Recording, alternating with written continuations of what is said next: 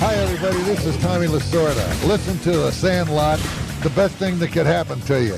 The one constant through all the years, Ray, has been baseball. Are you crying? It's a part of our past, Ray. There's no crying. It reminds us of all that once was good. There's no crying in baseball. Just a bit outside. Baseball will be very, very good to me. It's a simple game.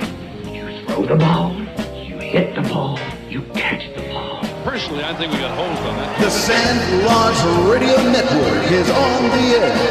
And now, starting pitcher for the Sandlot, former pro player and Major League scout, Ted Howard. This is National League All-Star Justin Upton. Hi, this is Shane Victorino. Hi, this is Albert Pujols. Hi, this is David Wright. It's Derek Jeter of the New York Yankees, and you're listening to The Sandlot. Welcome to The Sandlot. It's where everybody plays. It's a place of our own. It's our field. It's our neighborhood. It's our team.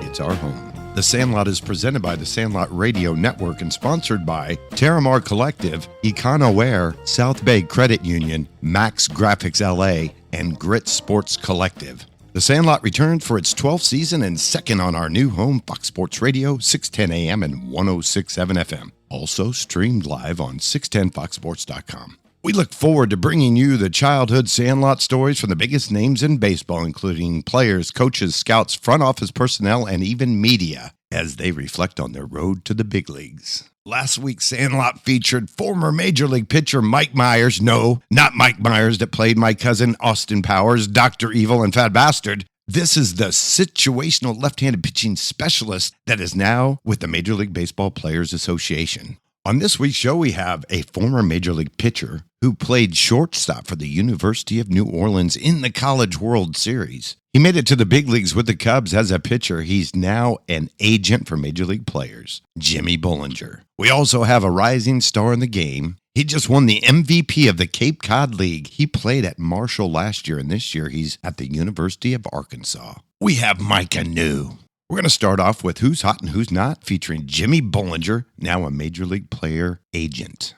Jimmy, thanks so much for being a guest on The Sandlot. Thanks a lot. I appreciate you getting me on. And since the All-Star break, Jimmy, the game has changed quite a bit. Going into the All-Star break, we had teams leading the divisions, and since then, there's been a lot of changes. For instance, let's talk about the American League East, where the Blue Jays are now 5 in front of the Yankees and 6 in front of the Red Sox. The Rays are 12.5 back, and the Orioles, man, I like that team. They're so young and good, but they got no pitching. And they're 6-4 in their last 10, but they're in the cellar, 14.5 game back. The Blue Jays, man, I always knew this was a team, if they started putting it all together, that they could compete. And they've showed the Yankees they're going to have to change some things if they're going to win that division. The Blue Jays have a nice club. Offensively, very difficult to pitch to. They really battle you, and they give you good at-bats, and they make the starters work. I think their mission is to get the starting pitcher out as soon as possible. The team in that division that's really interesting to me is Boston, because after the big trade, they've played so much better. So obviously that had to be a distraction in the locker room. So good for them that they put it together. And the Yankees have gone 7-3 in their last 10 to hang in there, because the Blue Jays are consistently in their last 10. They're 6-4. So as long as they keep playing winning baseball, it's going to be hard for the Yankees to catch them. It is. And, the Yankees look like a sinking ship, and then they go to St. Louis and they sweep the Cardinals, who's, a competitive team. They're not fantastic this year, but they've been playing pretty well, and they handle the Cardinals pretty easily for a weekend. And you just don't know. Baseball's such a strange sport.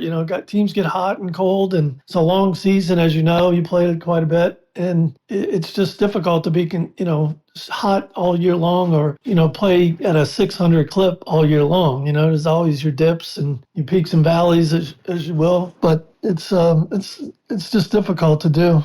Now in the American especially League, the hitting side of it, right? Especially the hitting part of it, because just hitting's just the most difficult thing in sports, people have always said. So, and I think it's gotten harder because guys throw harder, the spin rate's up, and guys are trying to launch balls with this launch angle crap, and therefore strikeouts are up, batting averages are down. So the game has changed drastically. Let's jump over to the American League Central, where the Tigers have had a commanding lead all year, and they continue to play well. They're 8-2 in their last 10, but the Royals are also 8-2 in their last 10 and have snuck up into second place in that division, but they're 9 back. So I think with the pitching staff and that offense that the Tigers have, it's going to be another division that's going to be hard for anybody to catch the Tigers. And they got Tarek Skubal throwing the Screwball. And, man, he's as good as a lefty as I've seen in a long time, Jimmy. He really is. I saw an interview with he and Paul Skeens, and I think between the two of them, they had 3 offers out of high school. So if there's any young players listening today, you got to just stick with it. I think he had an offer to some small school. I can't remember the one school that he got an offer. And Skeens had Air Force and Navy, and obviously picked Air Force before going to LSU. But, those guys were late bloomers, and,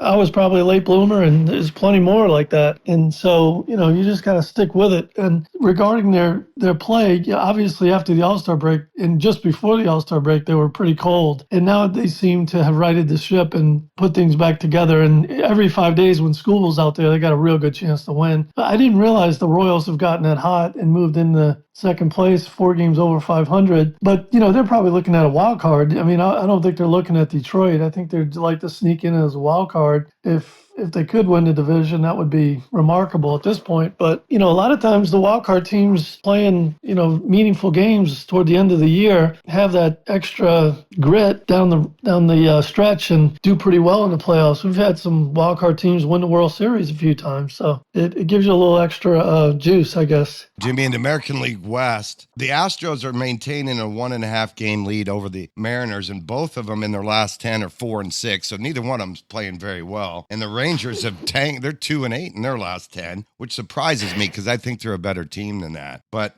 that division will come down to the end between the Astros and the Mariners. Yeah, the Astros have been awful lately. They got blown out in a few games, back-to-back shutout. They had pitched against them, and I think in their home park, if memory serves me. So that's an odd situation for them. I think there was a 14-0 game at home, and recently. And the Mariners have been on the road, so it's really tough to win on the road in MLB. And I think they're 3 games under for the season, so they usually get their work done at home, which most teams do. But we always used to say if you can play 500 on the road, you got a pretty good chance to make the playoffs. And the Mariners are 3 under, and the Astros are only 1 over, so they're right at the top of the division. The Rangers were injured and beat up early in the year, and they got healthy, and then they started playing well, and it looks like they might be running out of fuel here. Over in the National League, the Phillies have really taken commanding lead in the National League East by going 6-4 in their last 10, and the Mets have been 4-6 in their last 10. And since the All-Star break, the Mets have just not been good. They were right there, and now they're 5.5 back. And then everybody else in that division is out of it. So the Phillies and Mets, and the Mets still have a chance at the wild card, but I think the Phillies will end up winning that division unless something crazy happens in the next 30 games. Well, you remember what the Mets did last season. They got really hot the last 6 weeks of the season, so I can't count them out just yet. But they haven't really played well since June. I mean, if you look at their record since June, it's been pretty bad. I mean, there were about 18 games over 500 in the first 2 months, and now they're 9 games over. So they've dropped. They were in first place for quite a while, and they've dropped back to 5.5, and that's because they've been playing well recently. They were 8 games back just a few days ago. I think the Phillies pitching staff is just probably the best in the league, from top to bottom. Their starters are really good. They got some strong left-handed pitching, which I think you need to win because most teams have their best hitters standing up there on the left side of the plate. So to combat that, you definitely have to have some lefties, and they do. And Wheeler's probably their best from the right side, but the lefties are pretty nasty with the Phillies. National League Central, man, we got some history here with the Cubs and the Brewers. Cubbies were playing great baseball first half, had a nice lead, and the Brewers just got on fire, won 13 in a row, and they're now 7 in front of the Cubs. How does Craig Counsell feel right now after being a Brewers manager? Now over the Cubs, they struggled last year, started out the season hot, and now the Brewers have crept up and taken a big lead. Well, first of all, the Cubs, I believe, were second best offense in the league before the All-Star break, and they're second worst after the All-Star break. The pitching has been fantastic, but the offense has just absolutely gone ice cold. I think Armstrong's been 115 in August. Suzuki hasn't hit a home run since the All-Star break. Tucker, they needed to sit down yesterday in a doubleheader just to rest his brain, I think, because he's just very frustrated at this point. He's been playing so poorly offensively. I think the rest will help him, and I'm sure he's going to be working on his swing. I've been watching a lot of the games lately, especially, and he seems to me to be out and around the ball, and he's rolling over a lot of soft stuff, and he's not a very difficult out right now. I think he ought to try to hit the ball over the left field fence for a while and take right field out of play and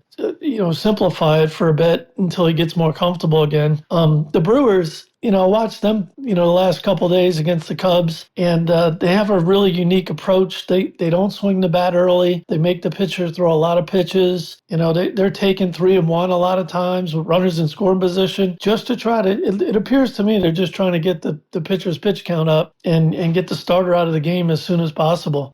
They've done it the last 4 or 5 games I've watched them play. That appears to be their approach. And they're really tough outs. They don't strike out much. They use the whole field. And, that's why they're, I think, 49 and 19 in their last however many games that is. And then the Reds are hanging in there, man. They played pretty good baseball, 7-10 or 7-3 in their last 10, and they're hanging in, and they got some of the best young pitching in the game. But one of their best just went down the other day, and I don't know. I haven't got an update on where he is on that, but that could be painful for the Reds because right now they're 7 games over 500, which is a surprise for a lot of people. Yeah, I don't think anybody thought the Reds were going to be 7 games over at this point in the year. But when the Cincinnati Reds hired Terry Francona, that was probably their best move that they've made in the last 20 years. I mean, that guy, if he's not the best manager in the league, he's one of the best. And I think he allows his players to play really loose and free and just be themselves, basically.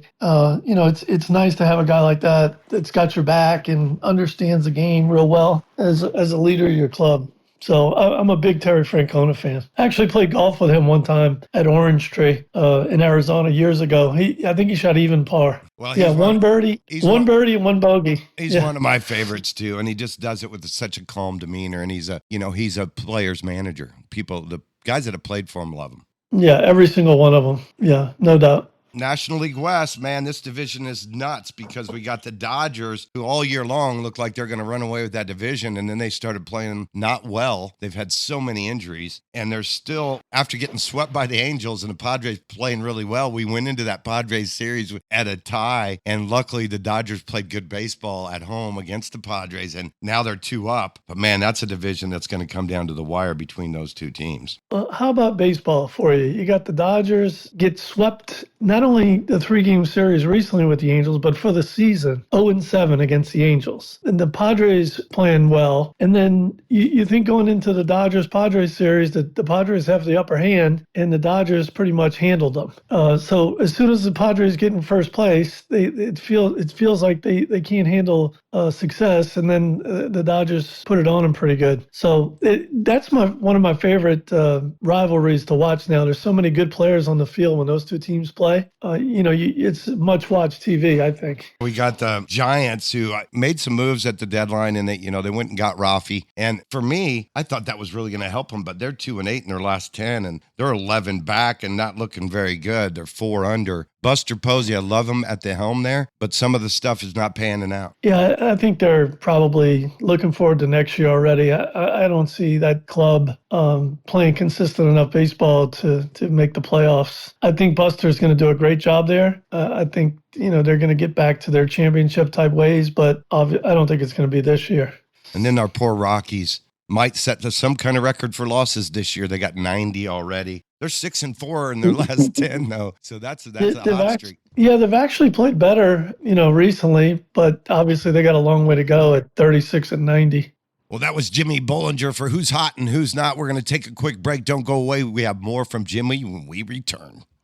We're on KAVL, Fox Sports Radio 610 AM and 106.7 FM. We're also streamed live on 610foxsports.com. We are Fox Sports. Don't go away. When we return, we have more from Louisiana's own Jimmy Bollinger right here on The Sandlot. It's where everybody plays. I'm your host, Tad Powers. The Sandlot is presented by the Sandlot Radio Network. My name is Ethan Holiday. Play shortstop for the Stillwater High School baseball team. I am a couple months away from being hopefully selected in the Major League Baseball draft. I am now part of the Sandlot.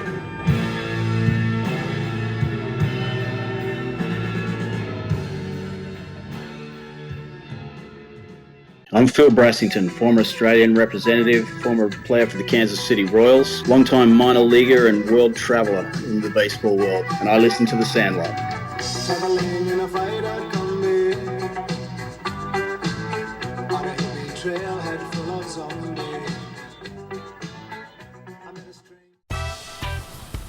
Terramar Collective isn't just a brand, it's a tribute. Born from the Southern California coast and inspired by the legacy of a father who helped shape the board riding world literally. Terramar Collective repurposes vintage flannels and rare finds, blending timeless style with surf heritage. Honor the past, wear the story. Find us on Instagram at Terramar Collective.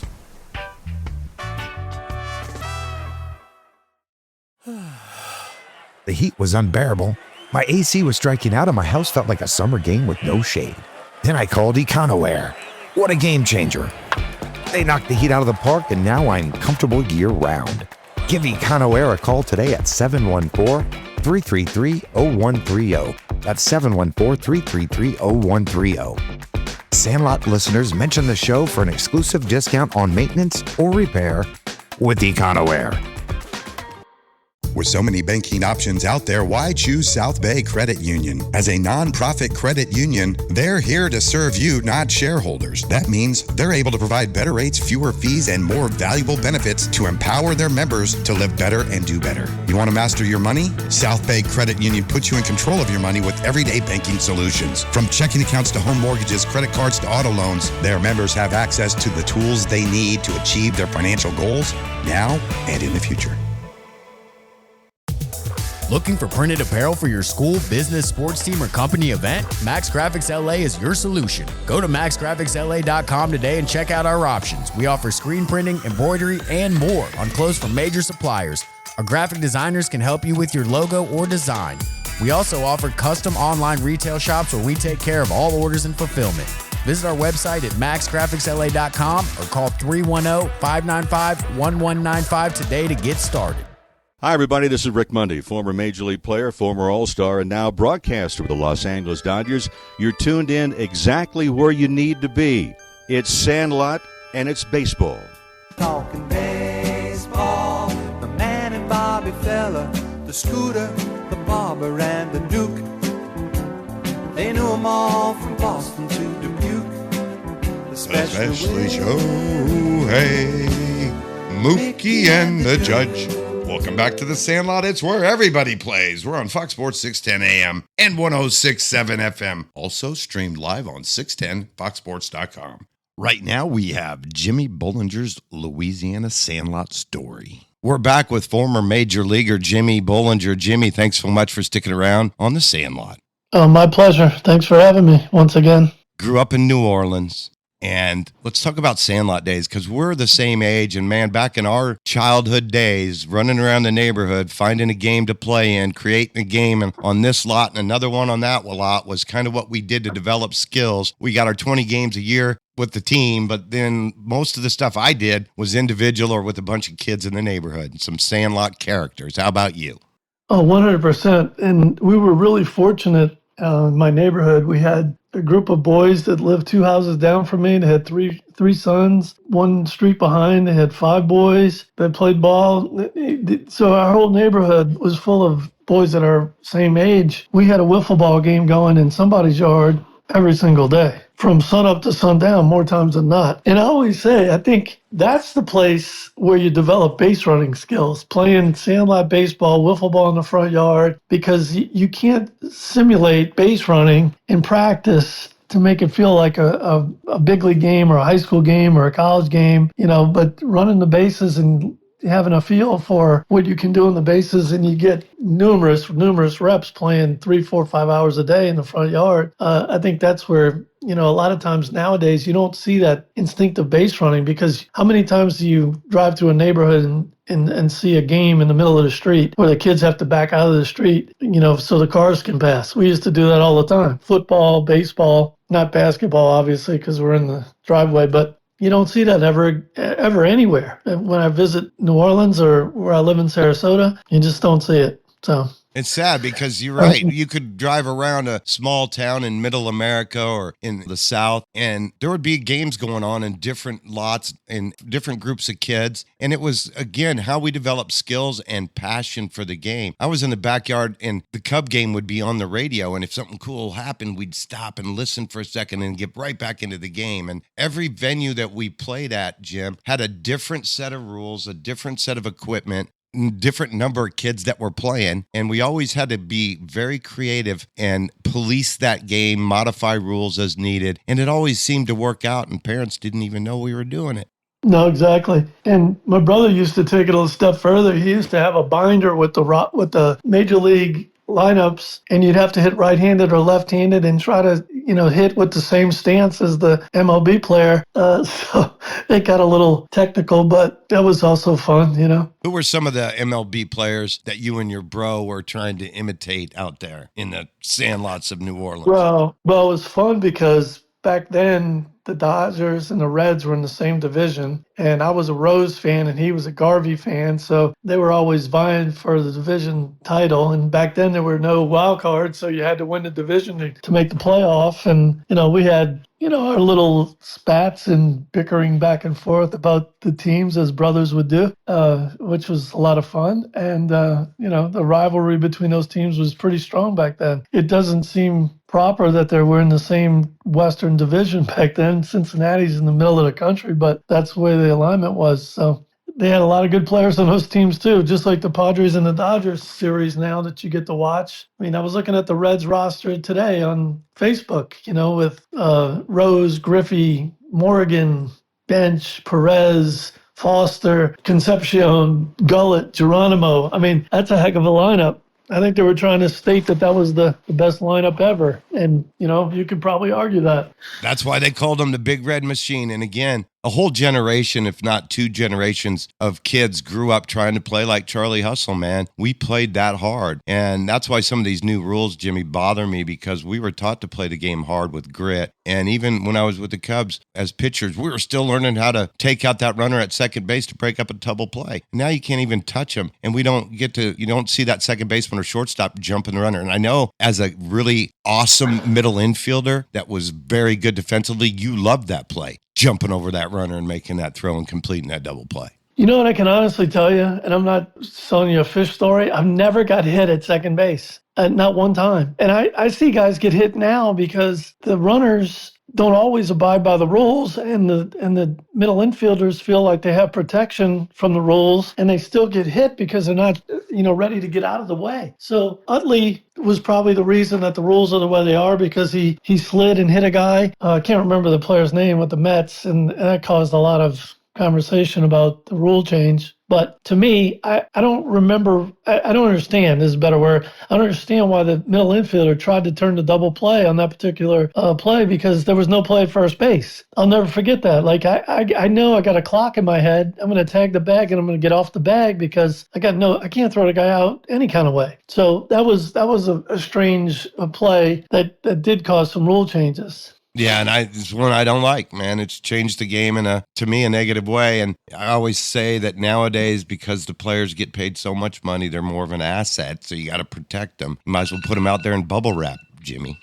Yeah, bubble wrap. That's funny. Yeah, you can't hit the catcher anymore, which, I probably don't have a problem with that. Too many guys are getting injured on that play, and the catcher's pretty vulnerable when he's trying to catch the ball especially from the right field side, and the runner just blasts him. So, injuries happen. Buster Posey was one we talked about earlier, Buster being the GM of the Giants, but, he got hurt pretty bad on a play.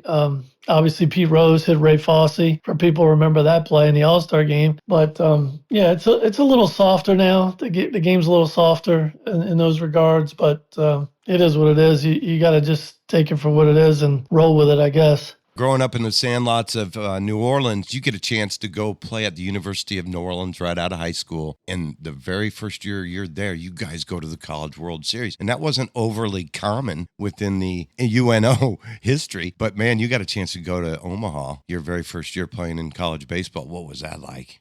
Well, Omaha was unbelievable. back in the day, and that was 1984, I was lucky enough to start at shortstop. UNO was the first team from the state of Louisiana to go to the College World Series. And we had the most elite program at the time. And then Skip Bertman bounces into LSU, and, the rest is history there. He won 6 national championships, if I recall? At least 5 while he was there as a head coach. But Omaha was electric.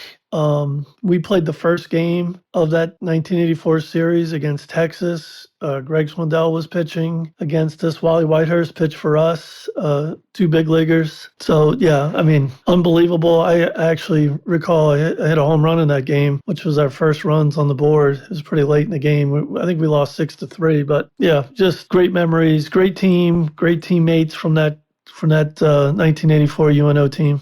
And then you get a chance right out of UNO to go on and play professional baseball. And like me, I'm a shortstop in high school. I go into college, not pitch. I've had 7 innings pitched my senior year in high school. And then I'm a shortstop. I'm going to try to play shortstop, and they saw my arm, and they're like, hey, we're going to have you pitch. So that happened to you at some point in your career. But one of our mutual friends, Billy White, told me you learned everything that he knew about shortstop from Jimmy Bollinger. And you were a very, very good defensive shortstop, and you end up on the mound. Let's talk about the transition. Yeah, so I think the Cubs had me ranked in the top 10, as a position player in their prospects. And I just went through a period where I didn't hit very well. And one night in Huntsville, the manager came to me and said, hey, we had back-to-back doubleheaders because of rainouts. And Jim Estienne was our manager, who caught 10 years in the big leagues. And he said, hey, we might need you to save the pen a little bit, because we got limited supply of pitching, and 2 of the relievers have to start games on back-to-back days. So I ended up pitching a couple innings in Huntsville. And they had some pretty good players on that team, some big league players. Eventually, it was Oakland A's organization. Scott Brocious was one, third baseman, who also played with the Yankees and won a World Series, I believe. And I was throwing pretty well, and I think I struck out the side the first inning. And the manager and the pitching coach, Grant Jackson, an 18-year big leaguer, were calling the Cubs and talking about me pitching potentially. And I think Grant told me at one point that he wanted me to be their closer the rest of the season. That didn't happen. I finished out the season at short, and then I went to instructional league, and Richie Zisk was the farm director at the time, and he brought me in the office and said, hey, we're just going to, take a look and see how you can adapt to pitching, if your arm can hold up, how you bounce back from throwing 2 or 3 or 4 innings, etc. And then at the end of instructional league, we'll make a determination on whether you're going to stay at short or transition to pitch. Well, you know what happened. So I pitched pretty well in instructional league, and went to spring training the following year as a pitcher. And end up being the opening day starter for the Cubs in 95 and opening day starter for the Montreal Expos, now the Nationals, in 97. Opening day start. You were a shortstop. What was that like for the Cubs? Yeah, well, it's interesting. I was a Cub fan before I was a Cub. So growing up in New Orleans, I think around age 13, we got cable, and we used to run home from the school bus stop to see the back end of the games. And we became Cub fans pretty quick, and the Braves too. Because that first year, I think the Braves started off like 22-0. That first year we had cable, and then we morphed into Cubs fans. So yeah, when I got to start the game, it was in Cincinnati, which is traditionally the first game of the season. They play at like 12:30, 12:45. Huge. I think it's an off day in Cincinnati every year. It's such a big deal there. I think they were the first professional team, if I recall correctly. So yeah, it was. The adrenaline was amazing. I pitched against Jose Rio. Nobody gave me a chance to win. I think he had in spring training where he didn't give up an earned run, although it was a short spring training that year because of the 94 strike. So, I had a little chip on my shoulder, and I think we beat him 8-1. Wow, what a way to start out. And let me tell you, that guy threw gas. Yeah.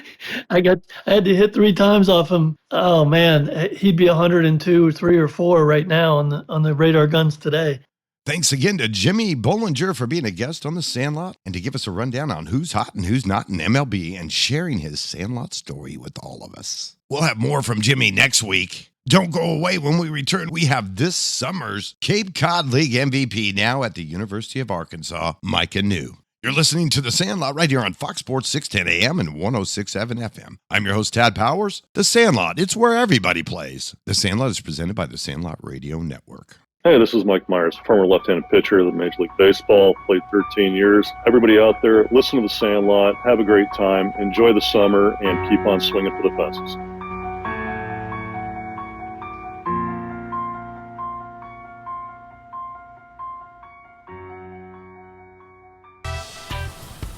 Terramar Collective isn't just a brand, it's a tribute. Born from the Southern California coast and inspired by the legacy of a father who helped shape the board riding world literally. Terramar Collective repurposes vintage flannels and rare finds, blending timeless style with surf heritage. Honor the past, wear the story.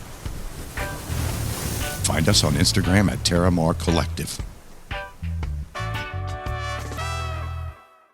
South Bay Credit Union features 3 centrally located branches in the South Bay, 24/7 time-saving digital banking tools, over 30,000 free ATMs nationwide, and a 100% commitment to the South Bay. South Bay Credit Union cares about their community. They've contributed over 3,600 employee volunteer hours. Over 20 local organizations have received donations or sponsorships, and they have raised over $150,000 for the Children's Miracle Network. South Bay Credit Union. Live better, do better, bank better. Step up to the plate with Econoware's Solar Services. Their solar solutions deliver unbeatable energy savings, keeping your power bills low all season long. Be a game changer. Switch to clean energy today. Sandlot listeners mention the show for an exclusive discount on maintenance or repair. Call Econoware at 714-333-0130 and hit your energy savings out of the park. Do you want more than just wins for your kids? Do you want confidence, character, and grit? At Grit Sports Collective, we help young athletes play with purpose and train with passion. With elite coaching in baseball and basketball, we're building more than skills, we're building competitors. Because greatness starts with mindset and is earned through sweat. Grit Sports Collective. Play fierce, train harder. Now enrolling in San Diego, California. Visit gritsportscollective.com and sign up today. Hey everybody, this is Trevor Hoffman, a Hall of Famer and a San Diego Padre, and you're listening to The Sandlot. Welcome back to The Sandlot. It's where everybody plays, right here on Fox Sports 610 AM and 106.7 FM. We're also streamed live on 610foxsports.com. Right now we have a kid from Pennsylvania who is being represented by Jimmy Bollinger, our first guest today. He's now at the University of Arkansas after 2 years at the University of New Orleans and 1 year at Marshall. Maika Niu. We're with the most valuable player in the Cape Cod League from the summer of 2025, Maika Niu. Thanks so much for being a guest on The Sandlot. Yeah, thanks for having me. That sounds pretty good, doesn't it? Yeah. Being the MVP of the Cape Cod League. We had a guy on this show a little while ago, Travis Bazzana. He was the MVP of the Cape Cod League in 2023. 2024, he was the #1 overall draft pick. So as long as Maika stays on path, he's got a lot to look forward to in his baseball future. Yeah, that's the plan. Let's do it. Back in the day, we're talking Sandlot days, 5 years old, you start going to this place called Go Wags. About that time, I met Teed Wirtz, and I've known Billy White forever, and they both worked there at that facility, and you started learning from some really good baseball instructors. Yeah, I walked in there when I was 5, and they said you got to be 6 to start training. And then Teed, who's 18 at the time, he was like, let him swing. And they let me swing, and they're like, all right, he's good. Teed, you got it. I've been with Teed. That's pretty cool, man. And it's been a crazy road ever since. But those Sandlot days, you think about it, being exposed to some really good baseball at that age. And Go Wags, the year that I came out to watch the Little League World Series, there's some Aussie teams in it that my kids had coached. And so I came out to watch those Aussie kids. And there was a team from Go Wags that was in that, and they were really good. They were stacked. Yeah. And they had all been trained by Billy and Teed and the rest of that staff over there. So, man, I got to tell you, I wish that I was exposed to that kind of baseball at a young age because I didn't learn anything until I got to pro ball. But, yeah, no, it definitely helped. All right, so let's talk about this experience with these guys over there at Go Wags and then maybe some things that you did on your own. You mentioned your grandpa had spent some time with you, helping you with your baseball from a young age. Yeah, I mean, when I was T-ball, my grandpa tells a story. I was just swinging off the tee, and one of his old buddies was like, that's a swing. you should look into that. And from there, we went to Go Wags when I was 5, and I kind of just was there all the time. But if I wasn't, I was in the backyard at Grandpa's house hitting into a bow net until one day I hit the ball over the bow net and shattered a window. Then we had to keep it in the facility or on the field. Part of getting good at baseball is breaking some windows, wearing out some grass. That's some things that we do that parents might not appreciate, but they'll appreciate it later on when they realize what you've become. Yeah, no, I'm sure they're okay with it. There's another guy, Jimmy Bollinger, who I watched as a young player in the Cubs organization when I was scouting, and I watched Jimmy change positions, become a big leaguer as a pitcher. And Jimmy was another guy that was help guide you in your decision-making process out of high school. But before we get to that, man, let's talk about when you were a little kid with Grandpa. What were you doing in the backyard? Just off the tee, nothing more. Just hitting balls off the tee. Yeah, a little bit of soft toss, but mostly just tee. Hit off the tee until he got there, and then sometimes we'd usually just go straight to Go Wags. You get a lot more work done in there, and you're not going to break a window. Yep, definitely more. Now, major league teams that you watched on TV and players that you might have looked up to and thought maybe one day I'm going to be like that guy. Yeah, I was always, growing up when I was little, I was always a Jeter guy. Loved watching him. It's a pretty good way to go, from every aspect of his day-to-day preparation, how he went all about his business off the field, and just the human being that he was. And that's a good guy to follow, but skills-wise too, man. You know that he could make some plays, so he's a great one to follow. So was there other guys on the Yankees or any other players, or was it just Jeter? Just Jeter. It was always Jeter until Trout came into the league. That's when I started playing outfield too. And Trout was there in center field. He's making all those crazy catches his rookie year. So it was always Jeter and Trout until Jeter retired. Then it was mostly just focusing on Trout. Well, maybe one day you'll have a chance to meet both those guys, because I've talked to a lot of players, young players, that end up going on and meeting those people in their lives later on and sharing those stories with them. It's something that really does a lot for those players. Yeah, it'd be cool. And real cool. You're on the road to being able to do that kind of thing, bro. So another thing back in that period of time, Little League World Series is not far down the road from you guys. So you get to go and see some of that, and it gives you that feeling that maybe one day I can do this as well. Yeah, I mean, it's probably like an hour and a half, hour 45 up the road. But I was only there when, it was when all the Redland boys, Cole, Braden, all them, they were in it. So we went to go watch them. That's when I met all the Australian guys and all the kids. Athletes in your family. You got a sister that plays rugby now, but she was also really good at I think they call it river dance. Is that what they call that? Well, river dance is like the big show or thing they do, but it's just Irish dancing. She always won that every year and got second in the world. She was over there for a long time. And then one day she was like, I want to play rugby. And my mom was like, all right, let's do it. And then she ended up being a captain for Team USA under 20. And playing on the #1 team in the nation. Pretty cool. Yeah. And you got your dad over in Australia who's a rugby league guy. So there's something that connects your sister to that, because I know your dad was a really good rugby league player. And rugby league and rugby are two different sports, but they're very similar in nature in terms of toughness. Yeah, no, I mean, he played. My uncles all played, cousins, national teams. So it's like, I mean, I'm the only one to play baseball. So I had to pick between rugby and baseball, but baseball was always my thing. Yeah, and from a very young age. The thing is, being a dual citizen of Australia and the U.S., it gives you the opportunity. Of course, you want to play for the U.S. in the event that you have an opportunity to play for the U.S. Olympic team. But if not, that Aussie team's not too bad, and they'll be in the Olympics, and they'll be in the World Baseball Classic. So you got another country that you can go and represent. That is pretty cool option.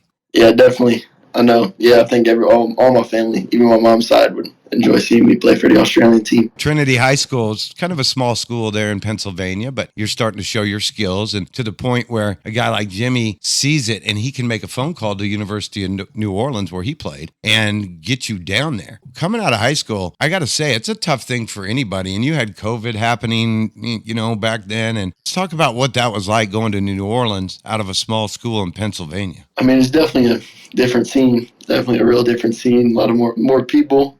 It was different, but I mean, it wasn't that bad.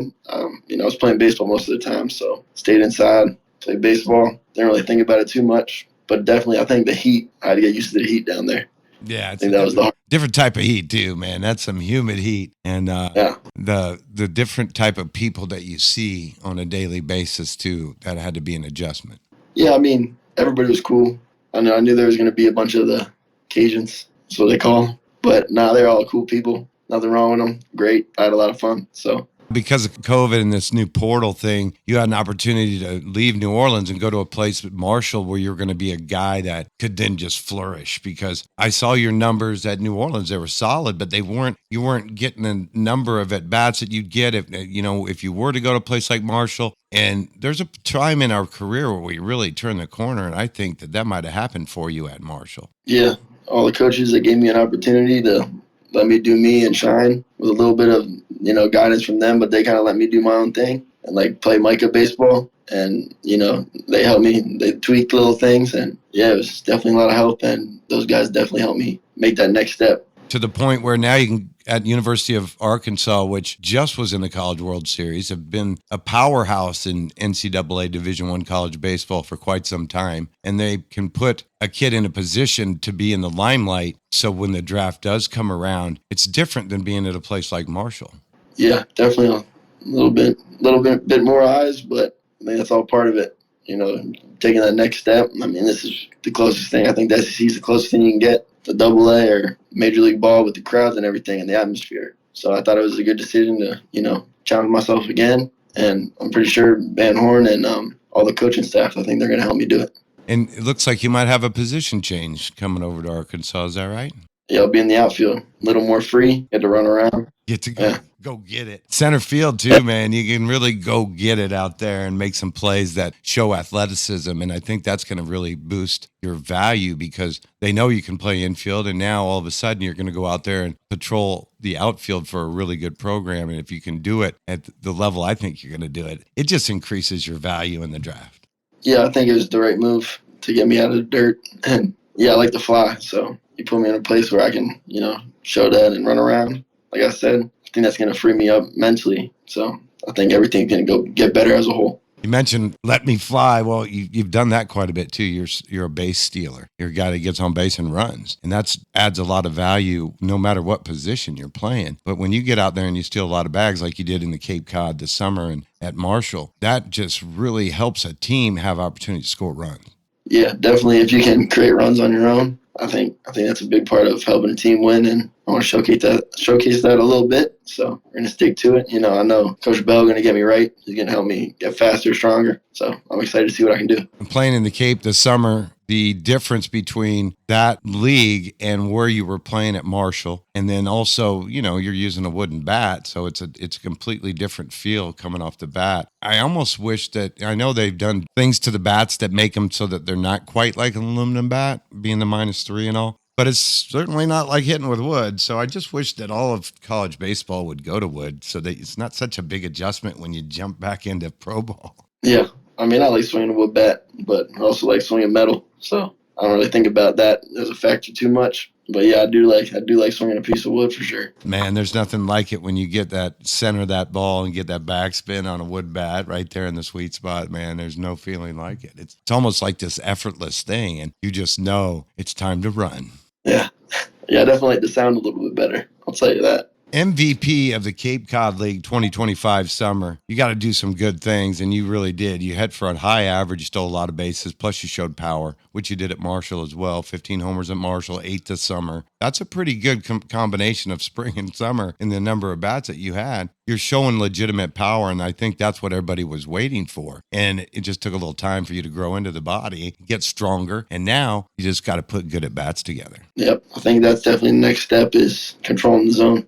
I think if I can do that, I think level of my game's going to go up. I like to swing. I know I like to swing, but I definitely need to ease up and, wait for something that I can do damage. Because I think I can hit everything. I think that's my mindset in the box. So I'll be swinging at some pitches I probably shouldn't be. Well, I think that's the next step. That comes with at-bats. You have to have at-bats where you're over-anxious, where you work, chase balls out of the zone, and then you start to realize that you don't hit those as hard. You might have hit it, but you didn't hit it as hard. And so as you mature and get those at-bats under your belt, you start to zone in on that so that the strike zone becomes the true strike zone. Because being aggressive is awesome, but if pitching figures it out and they work off the plate, a lot of times you can end up in a bad position.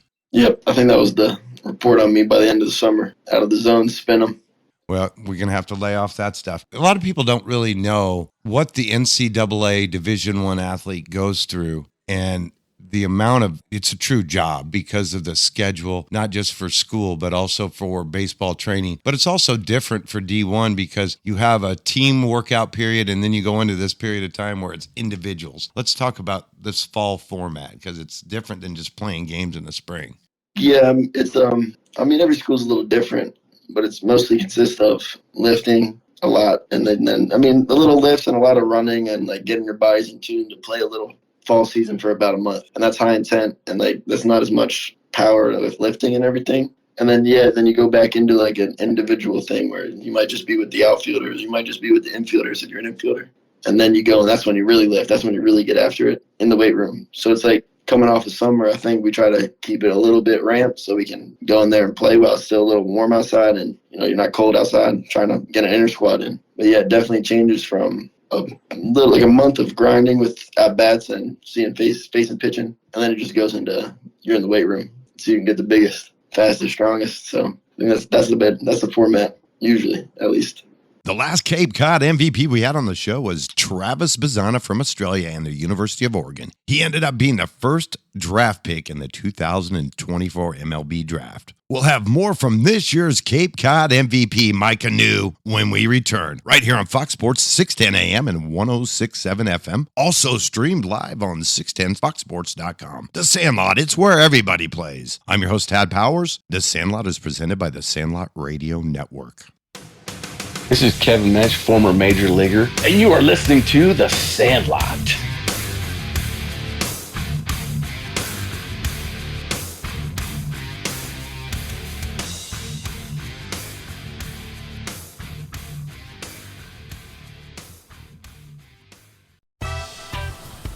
Terramar Collective isn't just a brand, it's a tribute. Born from the Southern California coast and inspired by the legacy of a father who helped shape the board riding world literally. Terramar Collective repurposes vintage flannels and rare finds, blending timeless style with surf heritage. Honor the past, wear the story. Find us on Instagram at Terramar Collective. With so many banking options out there, why choose South Bay Credit Union? As a nonprofit credit union, they're here to serve you, not shareholders. That means they're able to provide better rates, fewer fees, and more valuable benefits to empower their members to live better and do better. You want to master your money? South Bay Credit Union puts you in control of your money with everyday banking solutions. From checking accounts to home mortgages, credit cards to auto loans, their members have access to the tools they need to achieve their financial goals now and in the future. The heat was unbearable. My AC was striking out and my house felt like a summer game with no shade. Then I called EconoAir. What a game changer. They knocked the heat out of the park and now I'm comfortable year-round. Give EconoAir a call today at 714-333-0130. That's 714-333-0130. Sandlot listeners, mention the show for an exclusive discount on maintenance or repair with EconoAir. It was pretty much decided for me to play baseball when I was born. The Sandlot's where it all starts, doesn't it? I wasn't bigger than everybody. I just threw harder. It doesn't take any talent to hustle. If you don't pull for the Dodgers, there's a good chance you may not get into heaven. Something happening here.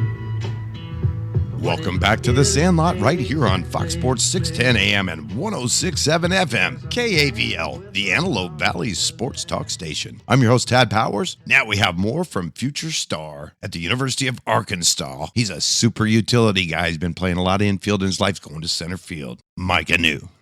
And then spring comes and it's just time to play and it's time to win a lot of games, especially in your conference, so that you can be in a position to go back to the College World Series. A lot of eyes there in Omaha. The greatest show on dirt. Yeah. I mean, I think another thing with that is you also got to stay in the weight room and maintain. You can't just, it's not just playing baseball. I feel like I've made a lot of people maybe just watch the games and they're like, oh, they play baseball all the time. They practice a lot. But it's little things that, you got to eat. Eating is probably the most important part, eating and drinking water. And you got to eat way more than you think because with energy and playing every day, then, yeah, there's going to be a point in time where if you're not doing that, you're going to crash. When you got to play all these games, you can't crash. You got to be at your top at all time. So the little stuff off the field, when you're not at the field, you're in the student center eating, or you're back in the weight room doing a little rehab stuff, seeing the trainer, pool, hot tub, cold tub. So it's like you wake up early, you might have to go to class, and You get back from class and you're warming up for your game. After your game, before your game, you're doing rehab stuff. After your game, you're doing it again. Whatever you got to do, trainer. And then at that point, you're in your bed, you're falling asleep, and you do it all over again. So it's a constant, especially in season, nonstop. Go, go, go. Rinse and repeat, but every day you get better. That's the thing about college baseball, too. Every day you get a little better. And in baseball, that's our goal is, if we get that 1% better, and if it takes a week, I got 1% better. Now, every time that I go out there, I got an opportunity to get a little better. Yeah, and I think that's a whole, that part of that is a culture thing. You can't, it's hard, you want to say it and you can say it. It's really easy to say it. But if you don't got coaches or a squad that you got that everybody's pushing each other, and that you can get better, but I think competition is the best way to do it. So even when you're not on the field, if you got 40 dudes you're with, everybody trying to compete, who does more? I think that helps a lot. And a lot of people don't understand the calorie burn that goes on in a day because of all those things that you just mentioned. You're burning so many calories that like you said, the intake has to be constant because otherwise you're depleted. And like you said, then you end up having that crash where you just can't keep up. Yeah, it can't happen. It's almost, it's hard when you start. I know when I went to college, I didn't eat a lot. I never was a big eater. I was full all the time. But I taught myself how to eat, I'll tell you that. It might suck for a month or two, but you got to do it. If you want to get to that next level, you got to do it. Yeah, and that's when your body turns around and you become more like a grown man because until you learn that, you don't have the strength that you're going to have when you really get to that. Man strength is a real thing. And you're getting close to that at your age now. And the food and the training is the difference maker. And if you're not in one of those D1 programs, a lot of people don't have that luxury. Yep.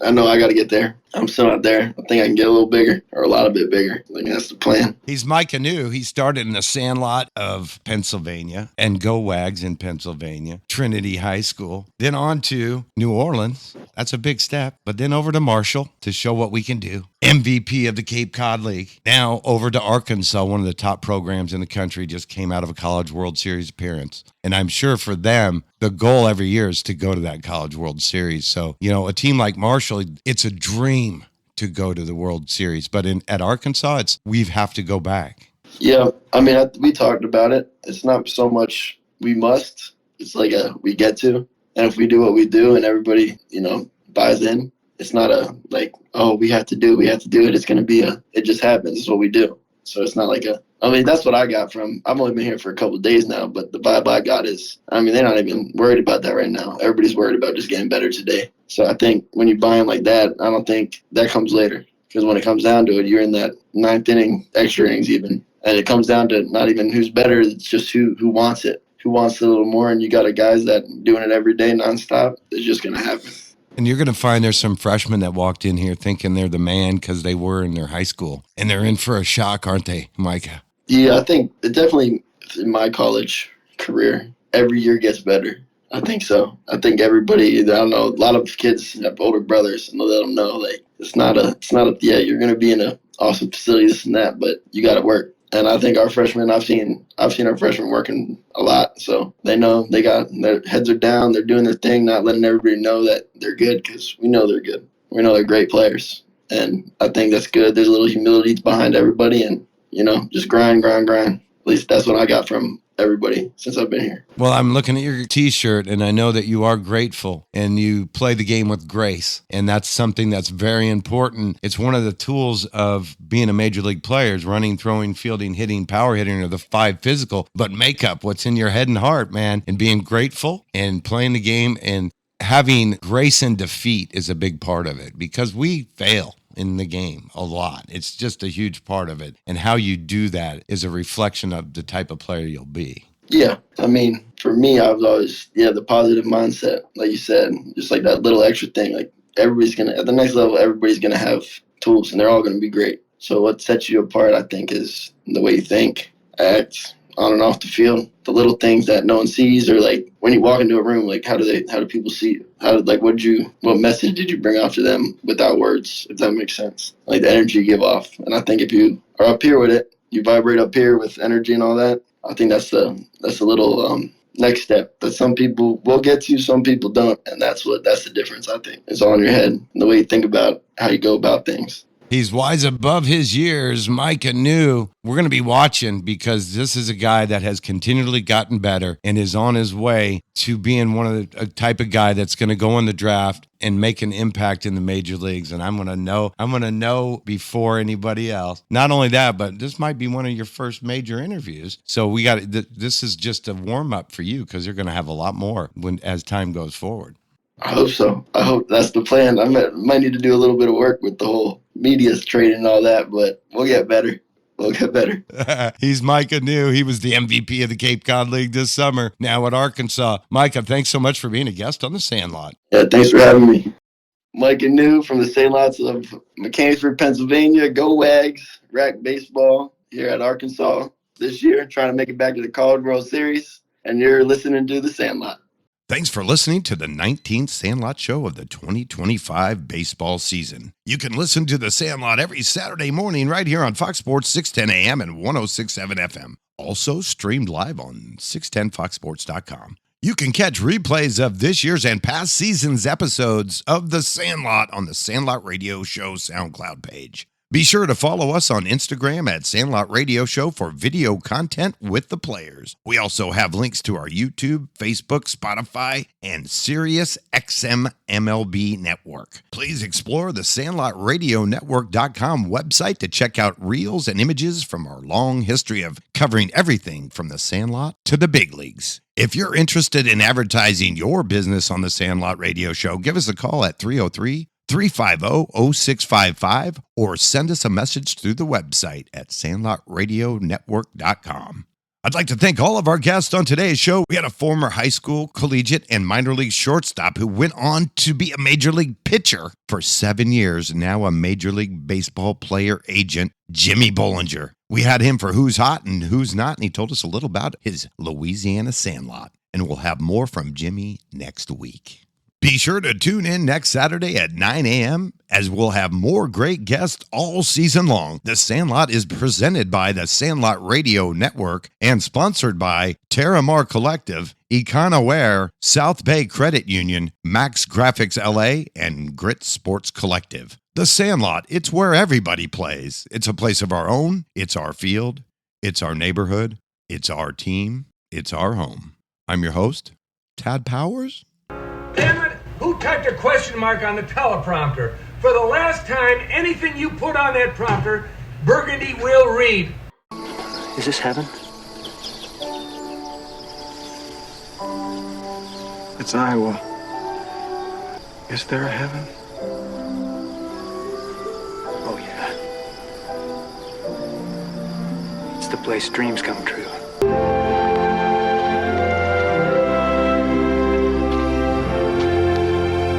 Hey, Dad? You want to have a catch? I'd like that.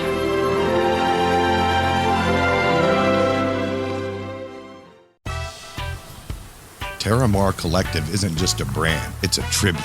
Born from the Southern California coast and inspired by the legacy of a father who helped shape the board riding world literally. Terramar Collective repurposes vintage flannels and rare finds, blending timeless style with surf heritage. Honor the past, wear the story. Find us on Instagram at Terramar Collective.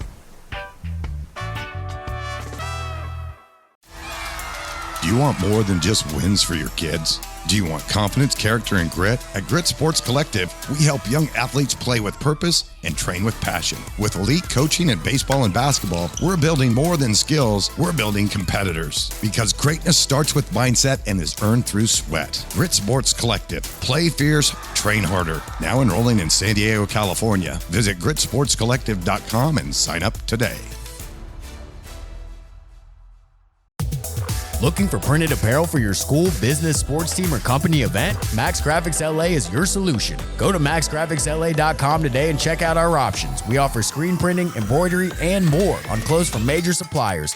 Our graphic designers can help you with your logo or design. We also offer custom online retail shops where we take care of all orders and fulfillment. Visit our website at maxgraphicsla.com or call 310-595-1195 today to get started. Step up to the plate with EconoAir's solar services. Their solar solutions deliver unbeatable energy savings, keeping your power bills low all season long.